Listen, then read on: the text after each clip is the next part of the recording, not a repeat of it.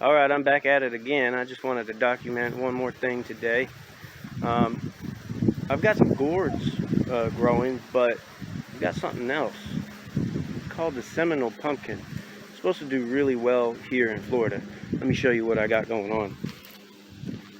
Got this trellis system. This is a vertical slash horizontal, but the point is for the vines to travel up vertically the horizontal strings, and I'm using these trees to support. Now if I need to get rid of some slack, I've conveniently placed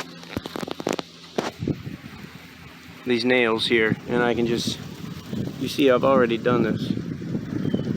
I could just take this string, and if there's slack in it, wrap it around the nail one more time and pull some of that slack out. And I put every other string wrap, I've got a nail. So it's just some practical use out of it.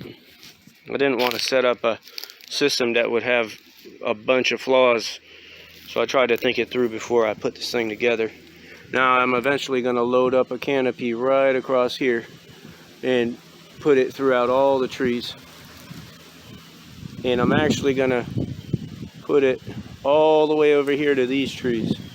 You see that string system over there? That's where some gourds are. But these here are the Seminole pumpkins. Let's take a look at them in their infantile stage. They are already getting chewed on a bit.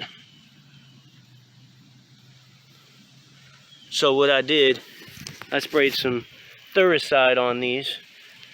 That way if they get chewed on anymore by any of these caterpillars that chew on leafy greens, well, it'll kill the cats.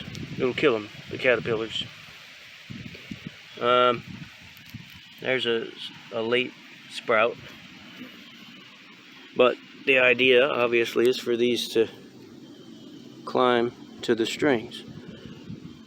So, this is an experiment. Let's hope it goes right. Thanks for watching. Check out my other videos. Have a good day.